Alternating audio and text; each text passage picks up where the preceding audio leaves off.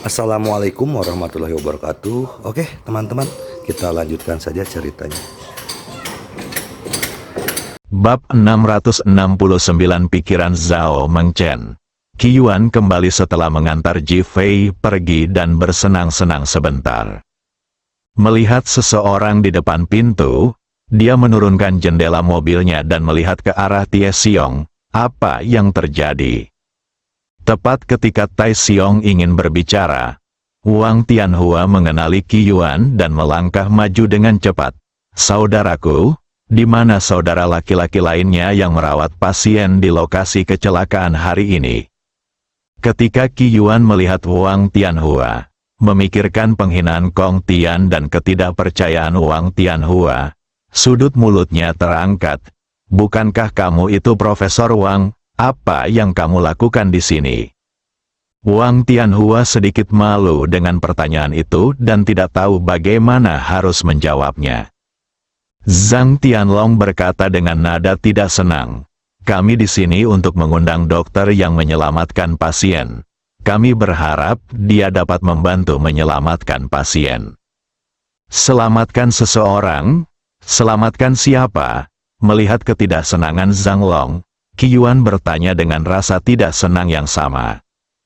Pemuda itulah yang pada akhirnya dirawat dan diingatkan untuk tidak mencabut jarum perak itu, Wang Tianhua menjelaskan dengan cepat. Qi Yuan segera memikirkan kondisi pasien dan mengerutkan kening. "Bukankah aku sudah memberitahumu untuk tidak mencabut jarum emas terakhir? Jika kamu tidak bergerak, tidak akan ada bahaya." Wang Tianhua tampak malu. Melihat apa yang dikatakan Qi Yuan sangat jelas. Zhang Tianlong menyingkirkan ketidaksenangannya dan berkata, "Jarum emasnya telah terlepas. Sekarang nyawa orang tersebut dalam bahaya. Dapatkah Anda mencari bantuan untuk mengobatinya?" "Hentikan," Qi Yuan bertanya dengan dingin. Zhang Tianlong mengangguk. Pantas mendapatkannya. Qi Yuan sudah tahu bahwa seseorang sengaja mencabutnya. Kalau tidak, bagaimana jarum emas Ji Fei bisa terlepas? Merasa kesal, dia memanjat jendela mobil dan hendak pergi. Tiba-tiba sesosok tubuh melintas di depan, dan Huo Lei serta seorang pengawal berdiri di depan mobil Qi Yuan. Mata Qi Yuan berkilat marah, dan dia menurunkan kaca jendela mobil lagi. "Apakah kamu ingin mati? Pergi atau tidak?" Pengawal Huo Lei bertanya dengan marah. "Gulungan!" Qi Yuan memarahi dengan marah. "Ledakan!" Pengawal Huo Lei marah dan meninju sampul depan mobil Qi Yuan. Didi, mobil langsung membunyikan alarm, lampu terus berkedip, dan kap depan mobil penyok.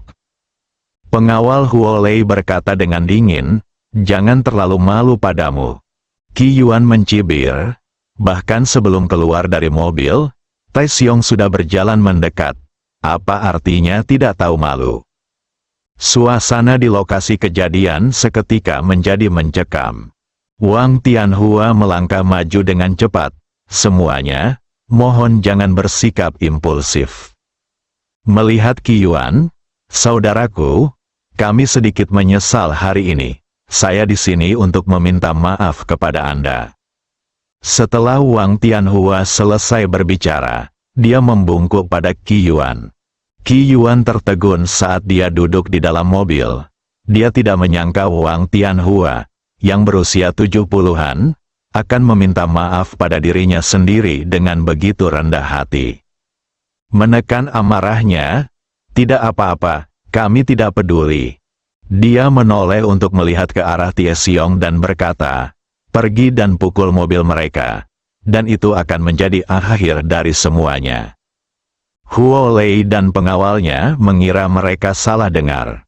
Dia begitu hebat sehingga dia ingin menghancurkan mobilnya sendiri. Tai Xiong mengangguk dan tanpa mengucapkan sepatah kata pun, berjalan menuju mobil tempat Huo Lei dan pengawalnya baru saja turun. Kedua pengawal itu awalnya tidak senang dengan permintaan maaf Wang Tianhua. Mereka menghukum Qi Yuan dan Wang Tianhua meminta maaf. Sekarang Qi Yuan masih begitu mendominasi. Amarahnya langsung meningkat, dan pada saat yang sama dia mengulurkan tangan ke arah Tai Xiong, mencoba menghentikannya. Hasil ledakan, Tai Xiong bahkan tidak mengelak, dia hanya menggoyangkan bahunya dari sisi ke sisi 2 kali. Seluruh orang itu seperti bulldozer, bergegas melewati kedua orang itu, dan kedua pengawal itu terjatuh ke tanah. Tai Xiong mendatangi Maserati putih Huolei, mengangkat lengannya, dan mengepalkan tinjunya ke arah mobil. Ledakan, dengan suara tersebut, seluruh bodi mobil langsung bergerak ke bawah, dan seluruh cat di seluruh tutup mobil meledak, seperti jaring laba-laba yang pecah. Hembusan angin bertiup, dan seketika itu langit dipenuhi lalat putih. Mendesis, pengawal yang baru saja bangun itu memasang wajah penuh amarah dan ingin segera membalas dendam, namun ia langsung berhenti dengan ekspresi ngeri di wajahnya. Wajah Huolei penuh dengan keterkejutan dan kemarahan. Dia menatap Tai Xiong dan berkata dengan tidak senang, tidak buruk. Beralih untuk melihat Qi Yuan, sekarang kamu sudah marah, bisakah kamu mengetahui di mana orang itu? Tidak ada komentar. Setelah Qi Yuan selesai berbicara, dia langsung menyalakan mobil. Apakah Anda yakin perusahaan keamanan Bameng Anda akan tutup besok? Huolei bertanya dengan nada mendominasi dengan kemarahan yang meningkat. Qi Yuan sudah melepas rem dan hendak pergi, tapi tiba-tiba berhenti dan bertanya sambil mencibir, di sisimu. Ya, jika Anda tidak ingin menyelamatkan orang, grup Chen Fei kami akan membiarkan perusahaan keamanan Bameng Anda tutup besok. Wajah Huolei penuh kebanggaan dan mendominasi. Oh, Qi Yuan terkekeh, kamu luar biasa. Dengan penuh rasa jijik, dia menyalakan mobil dan masuk. Menurutnya, perkataan Huolei hanyalah tindakan bodoh. Aku tidak takut padanya. Apalagi Raja Naga, Huolei dan yang lainnya dibiarkan tergantung di tempatnya. Dia awalnya mengira itu akan mengejutkan Qi Yuan, dan bahkan berpikir dia hebat karena pindah dari grup Chen Fei, tapi ternyata itu membuatnya sangat marah. Dalam kemarahan, dia berbalik dan berjalan kembali ke mobil, setelah melancarkan serangan mematikan terhadap perusahaan keamanan Bameng. Wang Tianhua dan Zhang Tianlong tidak punya pilihan selain kembali ke mobil. Mobil Huolei gagal dihidupkan beberapa kali, jadi dia keluar dari mobil dan melihat ke bawah. Minyak bocor, melihat Tai Xiong, dia merasa sedikit takut. Apakah ini manusia? Dia menjadi semakin marah dan akhirnya masuk ke mobil Wang Tianhua. Begitu dia duduk, dia segera menelepon Zhao Mengchen, ketua grup Chen Fei. Tapi judulnya adalah Huo Dong. Zhao Mengchen mengubah namanya menjadi Huo Mengchen. Xiao Lei, ini sudah larut, kenapa kamu meneleponku? Di sisi lain, Zhao Mengchen sedang melihat foto sebuah keluarga beranggotakan 3 orang di depannya. Dr. Huo, manajer umum Gu Qingzong mengalami kecelakaan mobil di kota Ningjiang, dan nyawanya dalam bahaya. Oh, apa situasi spesifiknya? Zhao Mengchen bertanya dengan prihatin. Huo Lei memperkenalkan situasinya. Wajah Zhao Mengchen menunjukkan ekspresi dingin. Dia marah karena seseorang ingin membunuh Ji Fei. Bagaimana pengobatannya sekarang? Zhao Mengchen bertanya sambil menahan amarahnya. Orang dari perusahaan keamanan Bameng yang menyelamatkan manajer Gu Qingzong pada waktu itu menolak memberitahu tim penyelamat bahwa mereka hampir mengalami konflik sekarang. Orang-orang mereka meninju mobil saya dan menghancurkannya. Huo Lei berkata dengan marah. Zhao Mengchen tercengang. Saya tidak menyangka Ji Fei memiliki orang kuat di bawah komandonya. Tetapi kejutan segera muncul di wajahnya. Putranya menjadi lebih kuat. Apakah aku ingin membalas dendam pada orang itu dan perusahaan keamanan Bameng?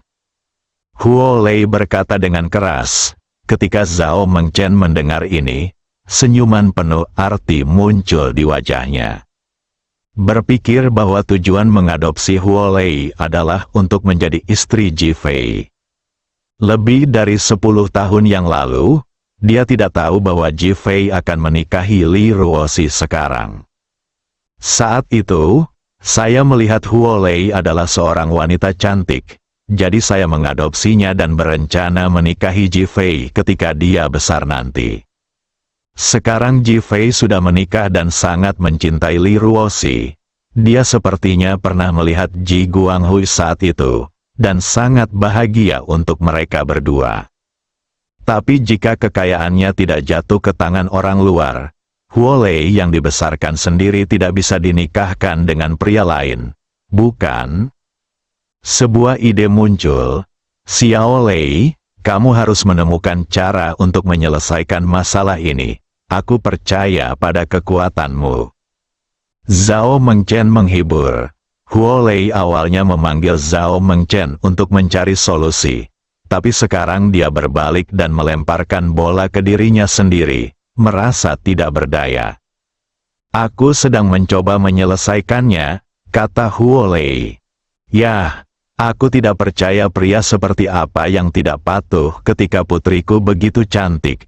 Jika tidak, kedipkan saja dia dan setrum dia.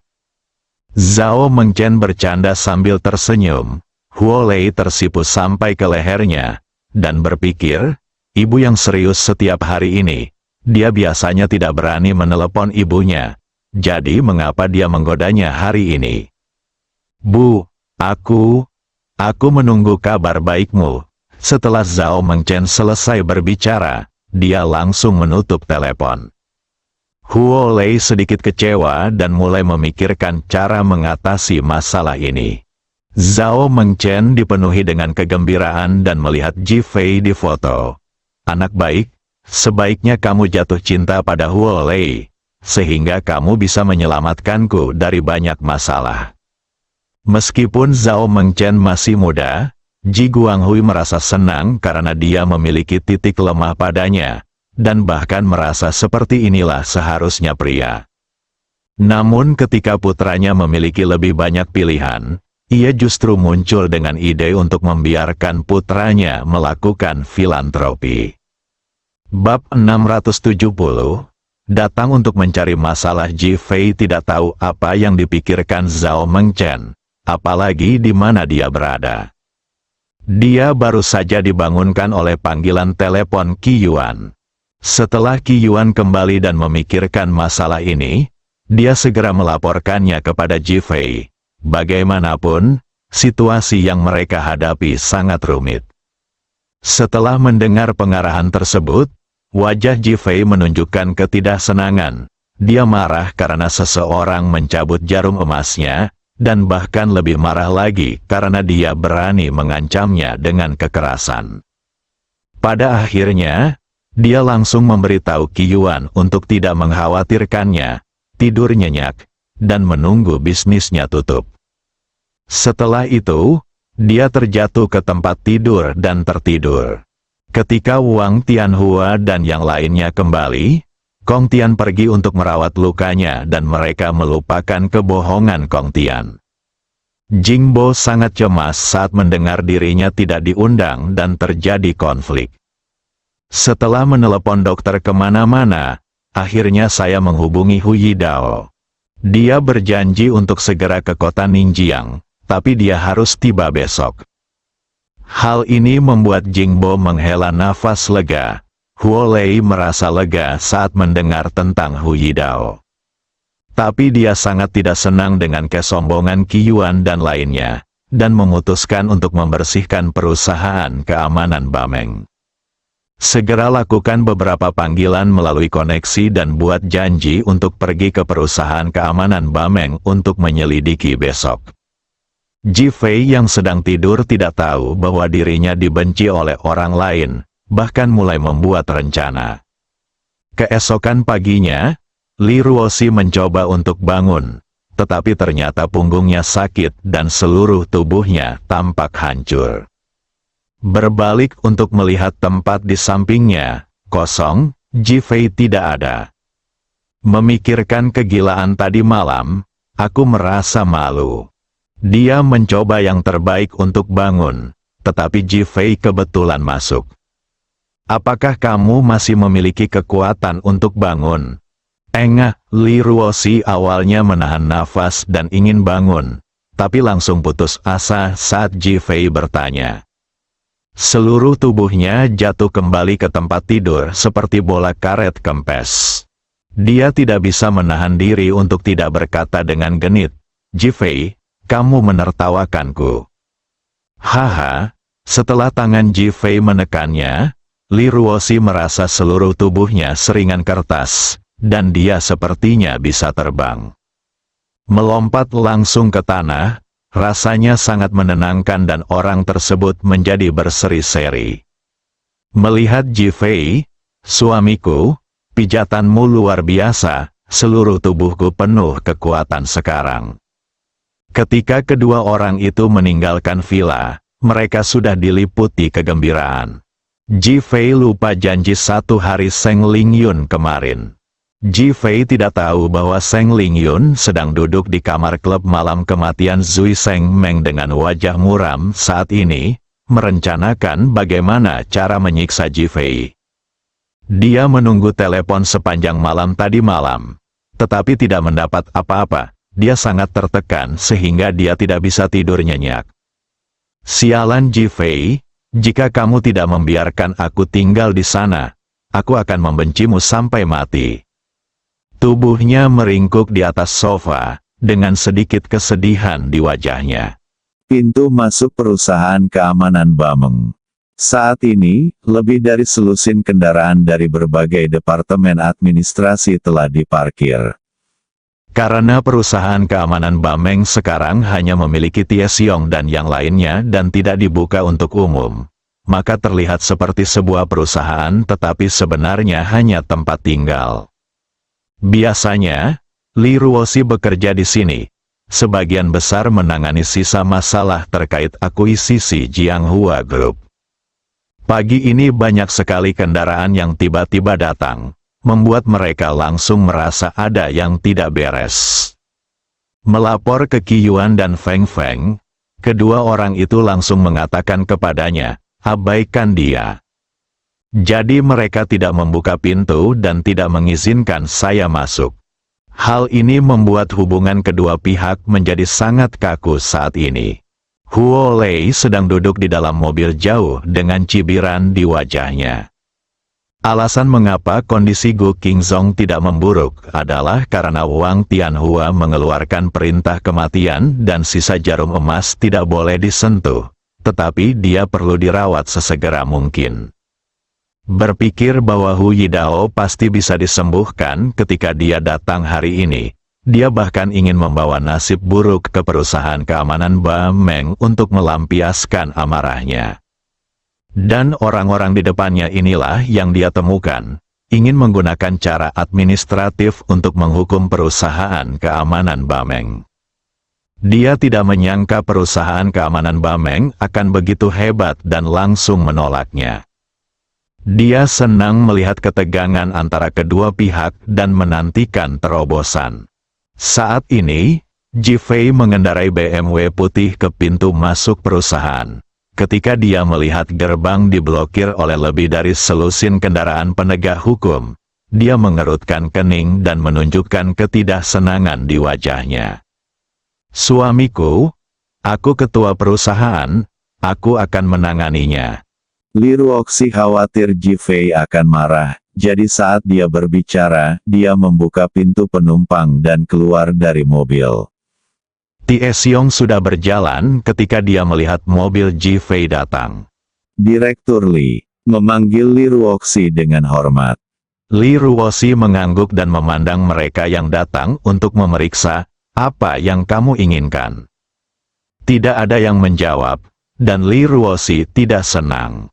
Tie Xiong mengeluarkan setumpuk dokumen berkepala merah, ini pemberitahuan mereka untuk diperiksa. Ketika Li Ruoxi melihat begitu banyak dokumen berambut merah, Wajahnya tiba-tiba menjadi muram. Dia mengambil dokumen itu dan mulai membacanya. Melihat berbagai persyaratan pemeriksaan di atas, ia merasa hal itu meminta perusahaan keamanan Bamengnya ditutup. Sangat kesal, tetapi yang menyedihkan adalah mereka tidak mengatakan apa-apa. Mereka hanya mengambil dokumen dan melakukan sesuatu. Ji Fei melihat adegan ini, keluar dari mobil dan berjalan ke arah Li Ruoxi. Apa yang terjadi? Li Ruoxi menyerahkannya kepada Ji Fei. Jika ini terus berlanjut, perusahaan kita akan tutup. Matanya menunjukkan kemarahan dan keluhan. Ji Fei melirik orang-orang ini dan mencibir dalam hatinya, sungguh penegakan hukum yang beradab. Depresi karena dihalangi di luar saja membuat wajah mereka penuh amarah, dan mereka hanya menekannya. Kemarahan juga muncul di wajah Ji Fei. Patah. Melemparkan dokumen itu ke pelukan Tie Xiong. Pergi dan batalkan perusahaan segera. Mereka dapat mendenda mereka berapapun yang mereka inginkan, dan kami akan membayar semua uangnya. Dahi.